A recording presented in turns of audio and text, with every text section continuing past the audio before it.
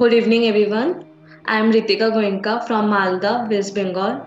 I am a student of IT and Business School, Khargar, Navi Mumbai, and I am interning with Dorai Foundation for 15 days. Ma'am, welcome you for joining us.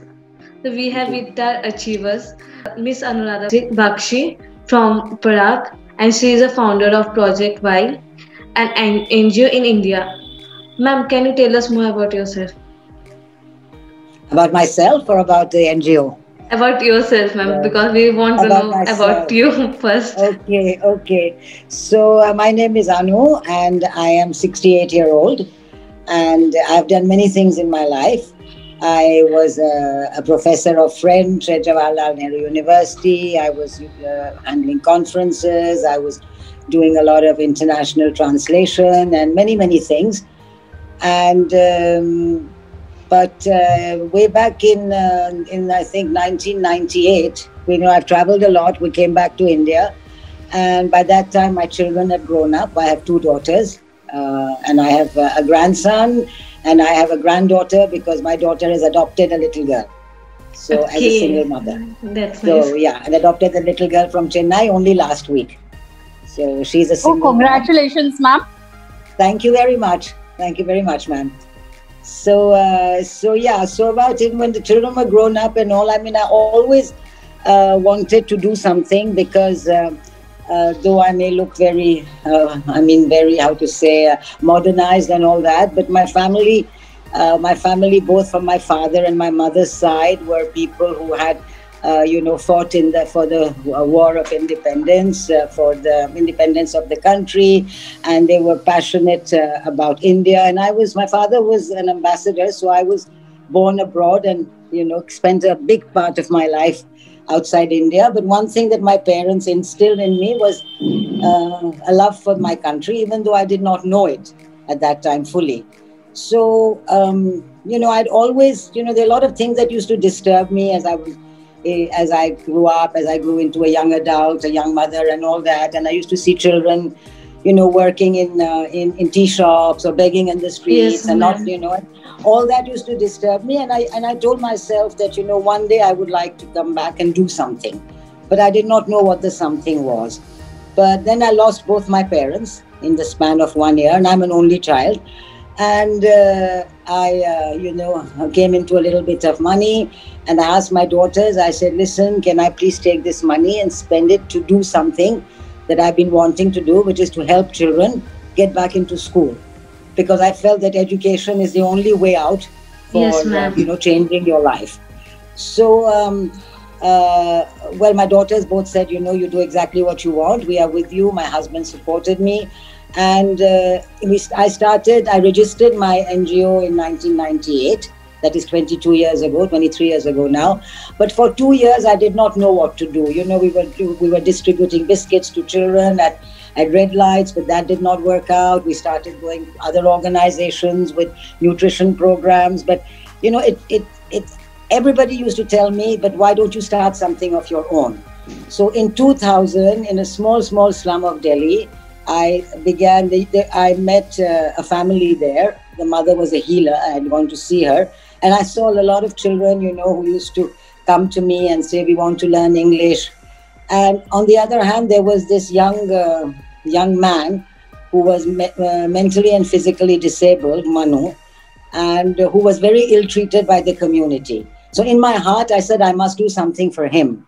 But what do I do for him? So the first thing was to give him back a place within the community in which he lived.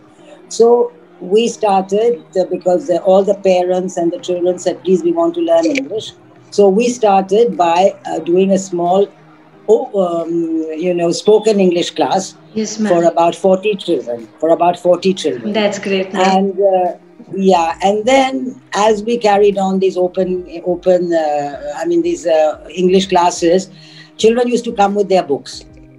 And we don't understand. And once there's a girl who came and said, ma'am, underline, with an English book. And I said, what do you want me to underline?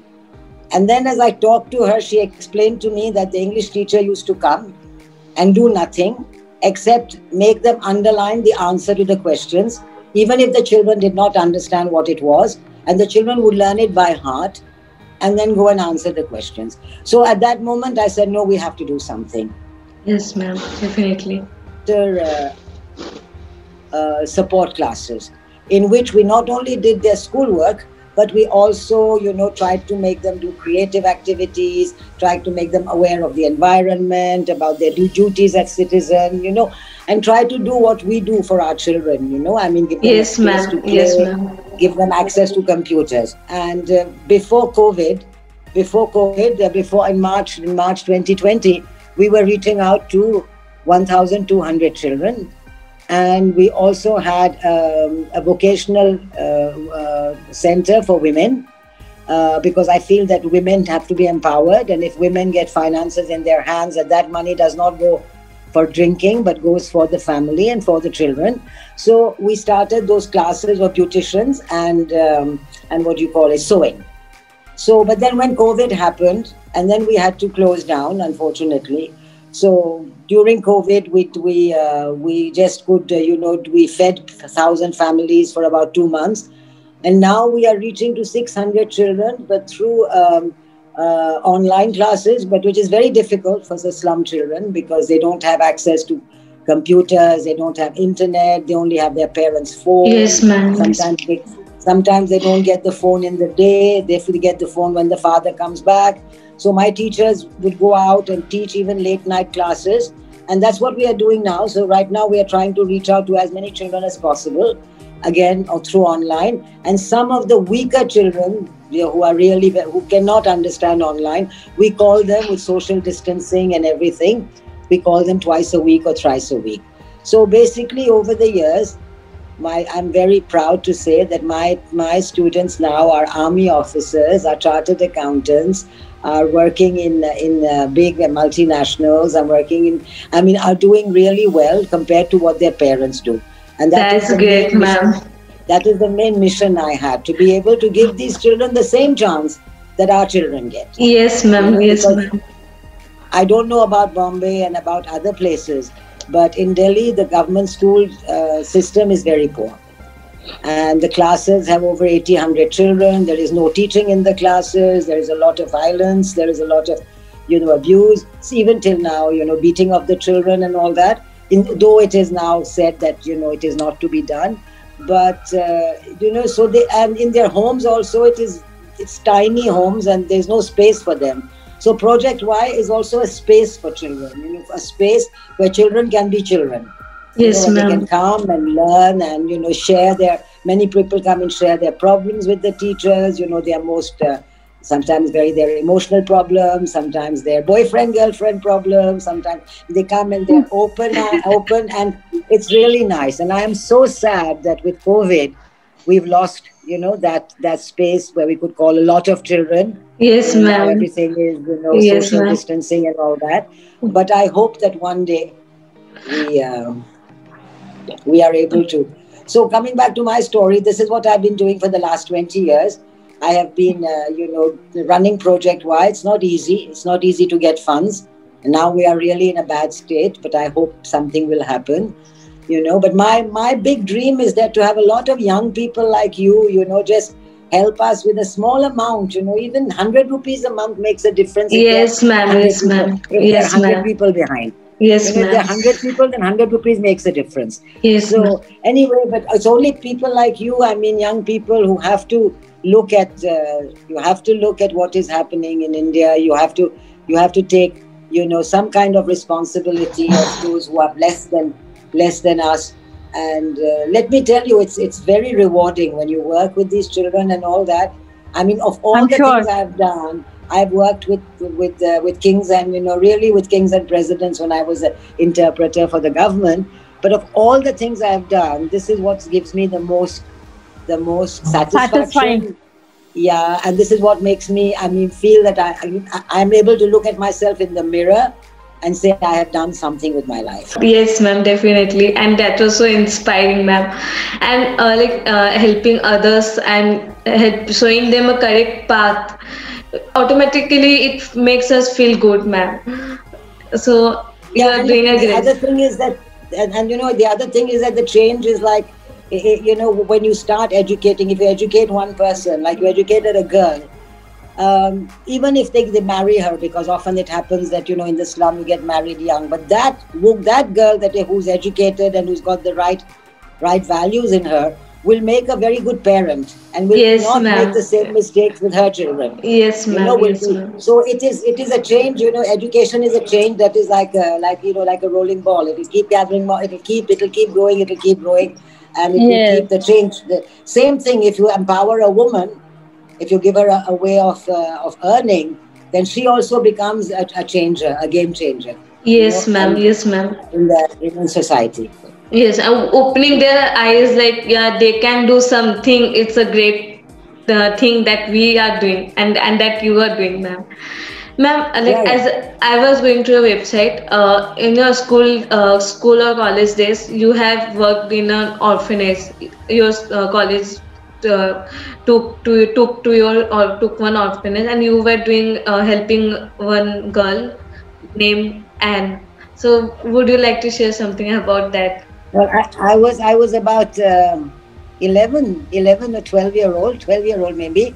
We were in Vietnam, in Yeah. Saigon, which is Ho Chi Minh Ville now, and so I was in a school which was a school with religious nuns.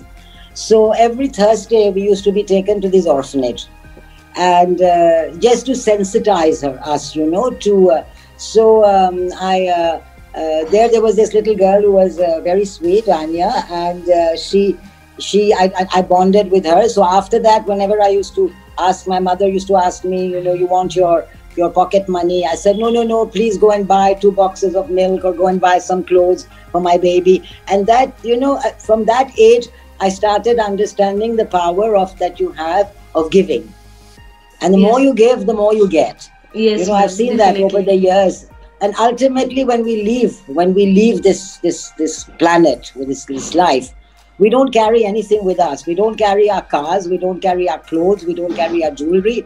Yes, ma'am. You don't carry anything. You go back empty-handed. And what do you leave? You don't leave behind a car and jewelry. You leave behind what people say about you. Yes, ma'am. And they will Yes, either ma'am. say she was a very nice person or she was not a nice person. But that's the only thing that remains. Nothing else remains. And Yes. as you get older, you can't even eat anymore. I can't wear 10 saris at the same time, or 1 kilo of Yes, jewelry ma'am. at the Yes, same ma'am. time. So that is why when we started the project, I liquidated my whole inheritance, whatever I inherited from my parents, and I put all that money in my project. All of it. That's great, ma'am. And that's how we started, because initially nobody is giving you any help. You are Yes, new, ma'am. you have not done anything, you have no hit story to tell, you have no photographs to show. So initially you have to, and that is how, I must say my children were very nice, because they said, no, Mama, you do exactly what you want. So that's how I started. And the giving was instilled in me by my parents a lot. But by this experience with this little girl, and she must be now, my God, 50-year-old, for 50 or more than that. But it was like, being sensitized, and everybody's good. I don't believe that people are bad. I believe that in every person there is something good. You just have to. Yes, ma'am. Yes, ma'am. And how do you get to it? Well, by example. Unfortunately, now we don't have role models. In our time, our teachers used to be role models. Our parents used to be role models. But today, unfortunately, children do not have real role models that you say, I want to be like this, I want to be like that. But I think it's very important. For me, it's very important to in schools and at home, that parents should sensitize their children to giving. Yes, Giving, ma'am. to sharing, to and not this terrible crazy thing of buying more things and more. You have to, and if you do that, the child will do it for the rest of his life. So it's very important to bring out the good. You have to bring out the good in the person. Any difficulties after opening your angels you faced? Yes, lots of difficulties. So first of all, the first thing was financial, because it was, we had to start and we needed money on long term. I mean, what I had would finish and things like that. But that is still today a problem, that I have not been able to make the project sustainable. I tried very hard, but I have not been able to do it. And I hope to be able to do it. But I got a lot of problems with the local politicians, because I'll tell you one story, and it will show you how we struggle. There was a park, which had a pigs in it, and after that, we cleaned it up and we put up a tent and we started teaching there. But then they brought the bulldozers and they bulldozed us out of that place.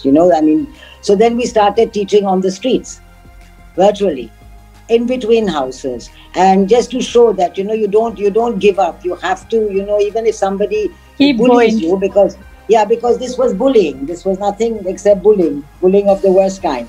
So then what they did is that in the park they said, no, we'll give you the park to make a center for you. And then we started seeing the construction, and the construction was the construction for toilets. So we went to the local representative and we said, why are you building toilets? He said, no, I'm not building toilets. And the paper was in English. And one of my students, because our local municipal corporator does not speak English, so one of my students, said, but sir, here it's written public conveniences. And from that time, I became enemy number one, because I was teaching the children more than these people knew.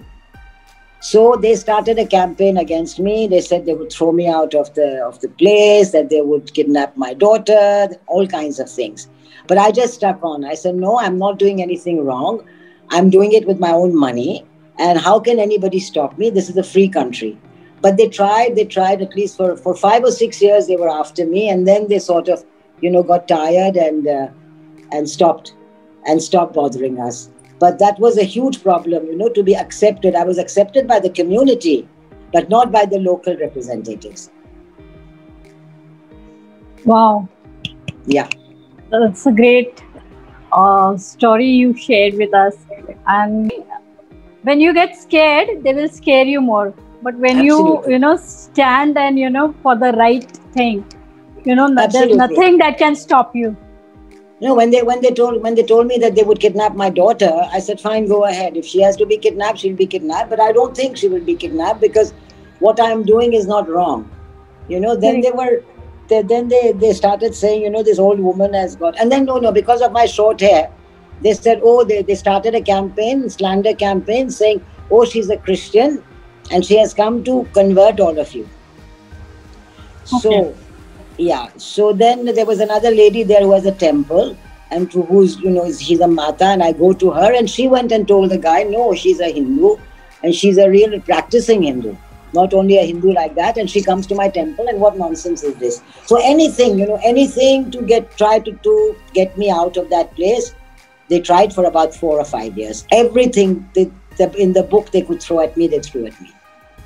But I just remained calm, and I just continued my work. And I just, did not let anything affect me. So they took me to court, they did things like that, but we won the cases. And so, what makes me sad sometimes and angry at the same time is that you want to do good. And even then people are not going to, they're not going to help you. But at least they should not become a problem for you. But no. Yeah. I mean, people don't want, because a lot of people are interested in slum children remaining uneducated. Because then you can manipulate them as a vote bank. Yes. If people start reading and writing and thinking for themselves and understanding things, then they can't be pressed under their thumbs. Absolutely. So this is the reason. But then we fought it out, and we've been there 20 years. So now they have stopped. Now they sort of just take me, and then they say, okay, we can't do anything to against her, but now they are not bothering me anymore. But it took a long time.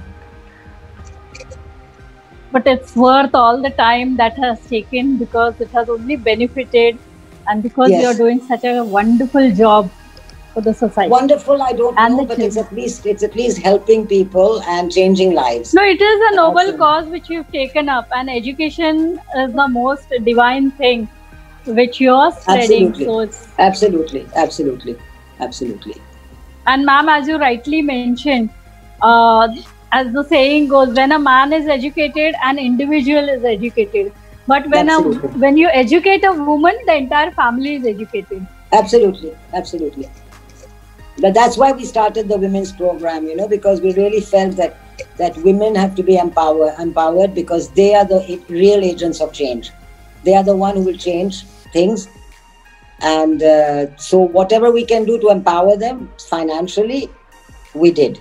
So some of our ladies now are 80% of the ladies we have trained are either working from home or working in factories or working in offices or working in beauty parlors and things like that. Some of them have even opened their own beauty parlor in their house.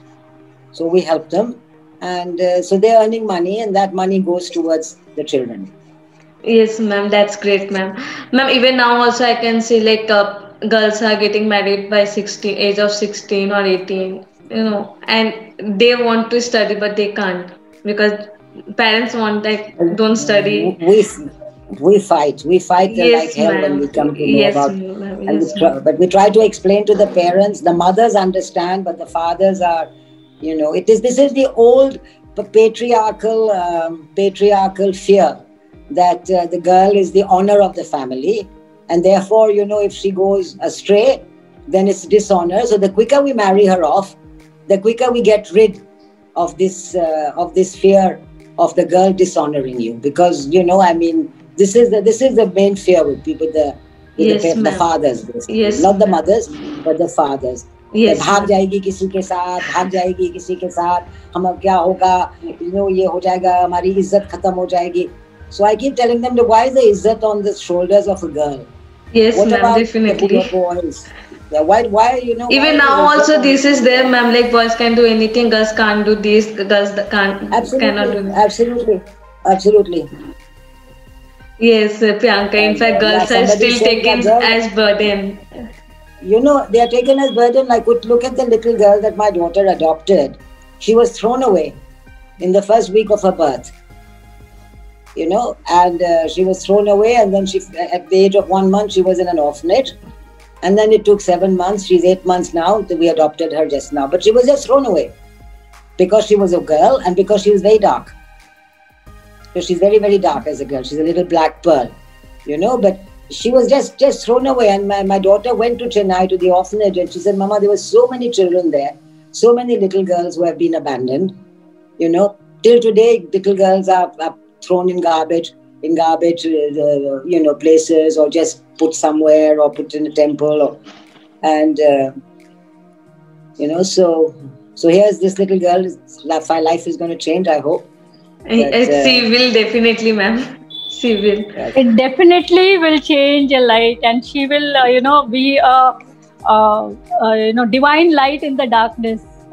Absolutely. Someday Absolutely. the parent, if they figure out, they are really going to, repent, for they have, thrown that light away. Yeah, absolutely. They have put themselves into darkness. They will soon realize absolutely. that.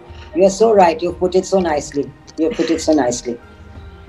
Ma'am, my question is like, how do you manage your personal and professional life as you are suffering from a big problem like cancer? How do you manage? No. So when I started initially, I've always been a working woman, and I've worked very long hours and all in my early days. But I had the support of my husband and the support of my family. My parents were there for me. But when I started Project Y, I was 50, exactly 48, and my children were grown up, and they, and I had all the time. And because I have a very supportive family, I was able to, because for Project Y, I had to give long hours. I mean, initially it was like almost 24/7, because on the one hand you have to run the project, and on the other hand you have to garner funds. So, but I could manage because I had the support of my family. And even in my early days when I was teaching and all that, I always made it a point to have, every day intense quality time with my children. So it was like I was working, but there was a time when I came home, and then the next 2 hours, it was only for the children. The children knew it, that this was, Mama's time, and Mama would give us the time. So I tried to balance it by making sure that my children would not that my children knew that I cared for them. I always used to try to take them to my place of work so that they would see where Mama worked. And but with Project Y, it was everybody was grown up and things like that. And my cancer has been only this year. So it was in May 2020 that I was diagnosed with multiple myeloma.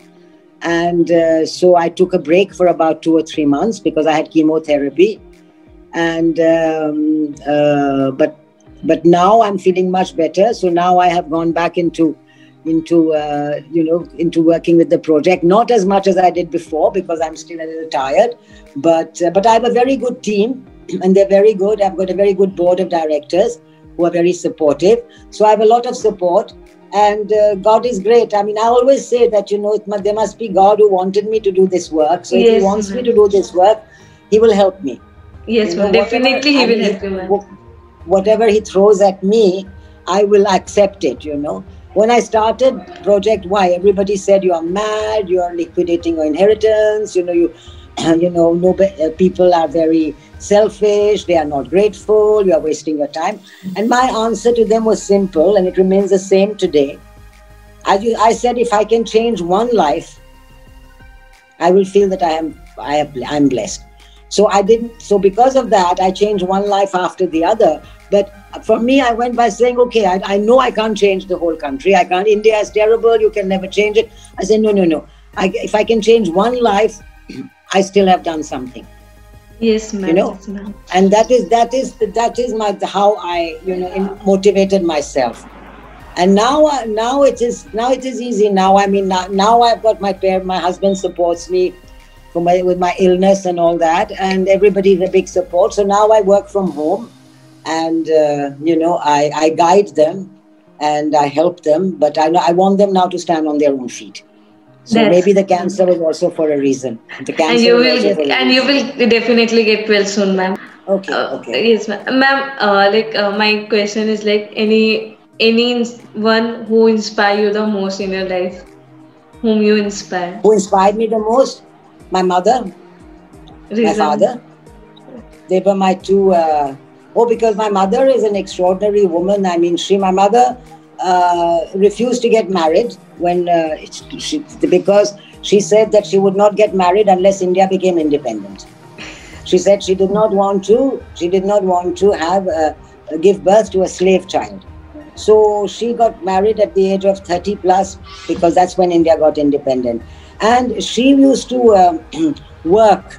She used to drive a truck and go into the deep villages of Western UP to go and make sure that the Second World War people who died, their pension goes to the woman, to the wife, because the pension used to be taken by the father-in-law or by the brother-in-law or by somebody. So my mother used to go and make sure that the pension of every widow was going to the widow, and she would drive one whole week from one village to one other dark bungalow to another dark bungalow, all alone, with just one person with her. So she was a phenomenal woman, I mean. And my father also, had a life like he was from Mauritius, and he's an Indian, of course, from Bihar, and he was asked to come and join the Foreign Service by Pandit Nehru to give up Mauritian nationality and to come to India.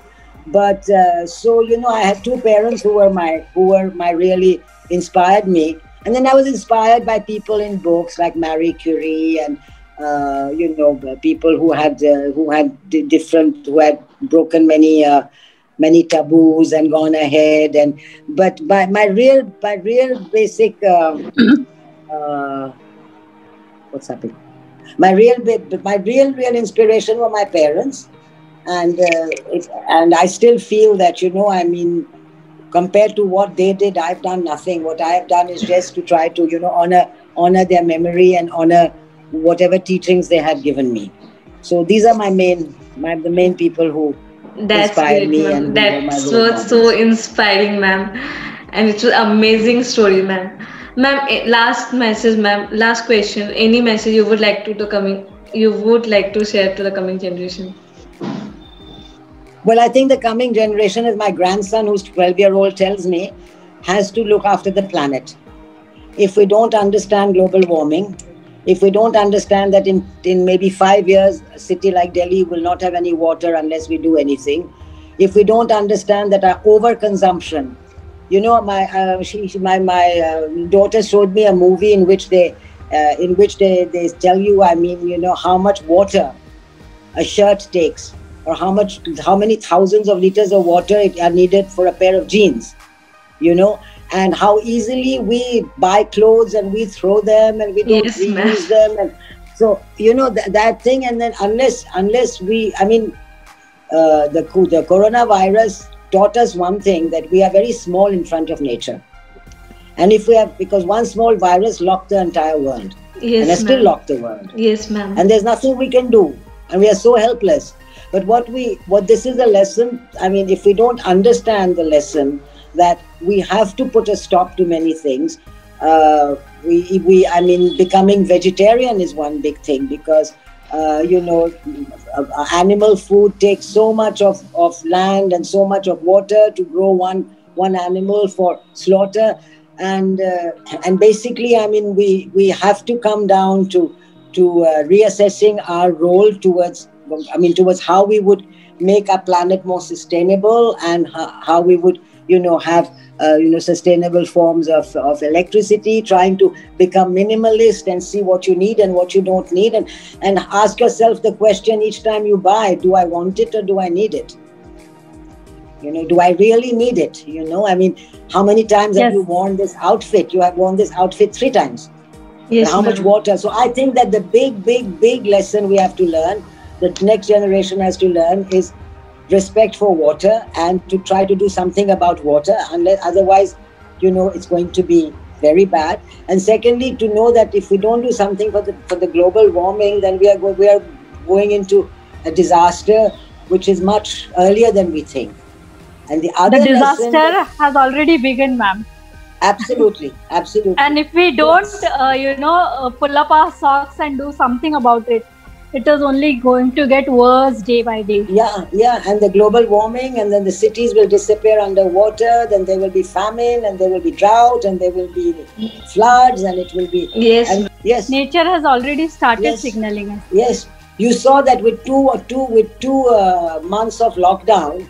I mean, how pure the Yes. air became, how nice all the birds came Yes. back in the trees. You could see there was no pollution, and just because we had stopped human activity. So we have to read. The children. I think I have a lot of faith in the children and in the youngsters who will understand that and make change, turn things around.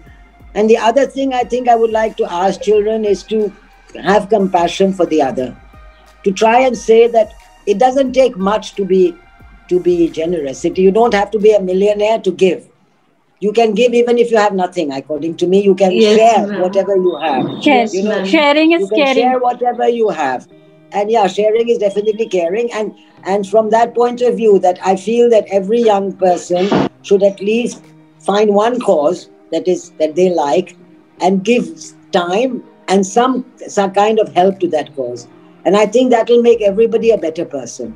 So We you want will. children, you want old people, you want plants, you want animal, you want whatever. But in every day, one movie, give up one movie a month. Give up one coffee a month, and give it to somebody who needs it.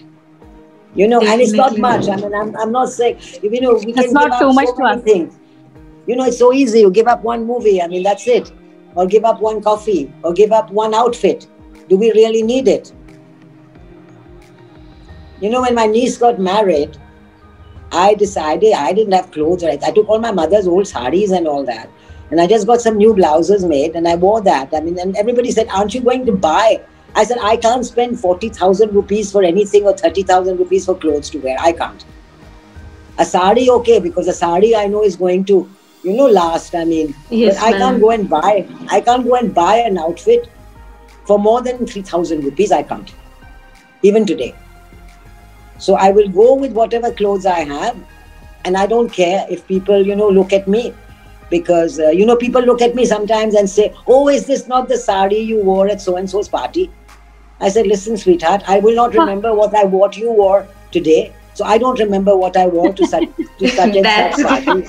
That's true, And ma'am. that is Delhi. That is Delhi for you. I don't wear jewelry. I don't wear anything. I dress up this way I am. I mean, it doesn't matter to me.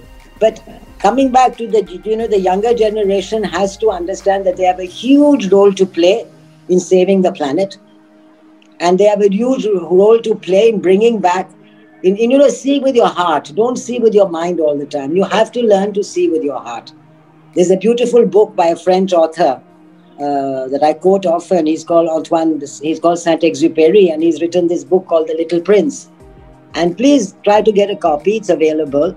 And in that, it's a beautiful book. It's written in the late 40s, but it's really, it shows you society as it is today. And there's one of the lessons that is taught to the Little Prince is it's important to see with your heart. The essential thing you can't see with your eyes. So children, the youth of today have to open their heart and have to see, society as a whole. Yes, ma'am. So, you have to see that in India, we have the city and we have the slums. And we cannot close our eyes. We can't have children begging in the road. As a society, how can we accept that? Yes, ma'am. As a government, how can you accept that children are begging on the streets? They should be in school. Even I somewhere, like if I'm visiting somewhere, or if I'm going with my friend to college or malls or something, there are children, they are like, Didi le lo na balloons, paisa de do na, itna ka, please le lo na. And when it happens in Christmas only, I bite, and then other was like, please mujhe ye balloons de do na. Then I give him like, okay, theek hai, le lo, mujhe kya zarurat hai, tum khush ho to tum khush raho.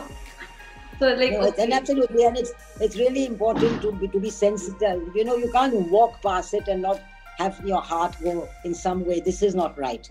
And that is where compassion starts. When you start looking at things, and this is how it started for me also, the project, that I was disturbed by why are so many children out of school? Why are so many children out of school? Why are so many children dropping out? It's not normal. There's something we can do. And okay, I do it for 1,000 children, but at least 1,000 children get it. Yes, ma'am. So if I alone can do it, because Project Y I did entirely alone, all of you can do it. Because I'm not business minded. I'm not at all. I'm quite a recluse, quite a person who lives within myself. But for my children, I go out. For my children, I go and speak, and I to get help, because I feel that they really need it. And I feel if I can do it, then why not? Yes, ma'am. Yes, ma'am. And we will definitely do that, ma'am. If we are getting opportunity, we will do that. We will help others. Very grateful. Yes, ma'am. And the other thing, the last thing you should always keep in mind is that every morning, be grateful. Be grateful for everything you have. We always complain about what we don't have, but just be grateful. Even if it's grateful for the sun rising, or the birds in the trees, or grateful for the fact that I'm alive, that I've got clothes on my back, that I've got that is the most important thing. I'm alive today. Thank you, God. I'm alive today. Yes, thank you, God, for this life, and I will honor it. So I think it's very important. The lesson of gratitude is a very important lesson. Yes, ma'am. Yes, ma'am. Please be grateful. Please be grateful for everything that you have, because it's very easy to complain. Complain. I don't have this. I don't have that. Yes, we forget what we have. We forget what we have. And so many people don't have it. When you look down, when you see the less unfortunate ones, you will definitely feel how blessed you are. Absolutely. Absolutely. So always look below us. Don't look above us. My mom used to say, look below us. When you look below, you will realize you have so much. Yeah. And it's very important to be grateful. To be grateful. My meditation, my biggest meditation is a gratitude message every morning. I'm grateful for this life. I'm grateful for waking up this morning. I'm grateful for being alive. I'm grateful for everything that I've got. And I'm grateful for being able to do so many things. And I'm grateful for, you have to bring gratitude into your life. Yes, gratitude, compassion, and be aware of the environment. And I think if these lessons are in today's and the young gesture people, to do something for someone else. Absolutely. And if you do all that, you'll see how happier and if you need things from the outside to be happy, there is something wrong with you. Actually, happiness. They're all materialistic, Yeah, and if you how many you want one outfit, and then you want another one, and you want a third one, and it never ends. You can keep wanting so many things. Yeah, it is unending. You can keep, Okay, thank you. Yes, God bless you all. Thank you so much, ma'am, for joining us. You were so inspiring, ma'am. Yes, ma'am, I will be. Ma'am, before leaving, ma'am. Yes, ma'am. Before leaving, ma'am, we must have a small token from Dorai Foundation. So let me share with you. Thank you. As a small token of gesture, thank you note for you, and thank you for accepting and giving your precious time for this intern. Thank you so much. Thank you.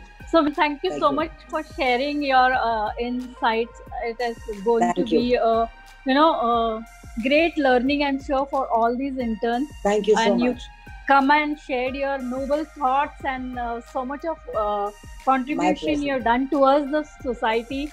And sharing knowledge is something so noble. Such a noble cause you've come up. It was an honor for me.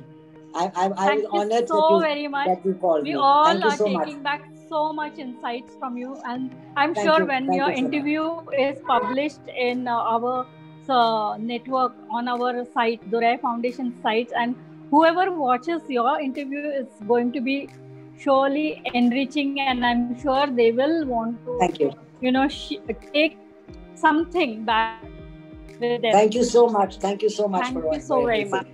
Thank you, ma'am. Bye. Bye, we feel blessed to have met you, and we wish you all the very best, and wish you a speedy recovery. And we really need you for touching and changing so many lives to come. Thank you. Thank you so much. God bless you all. Thank you, ma'am. Thank you. Thank you, ma'am. Bye.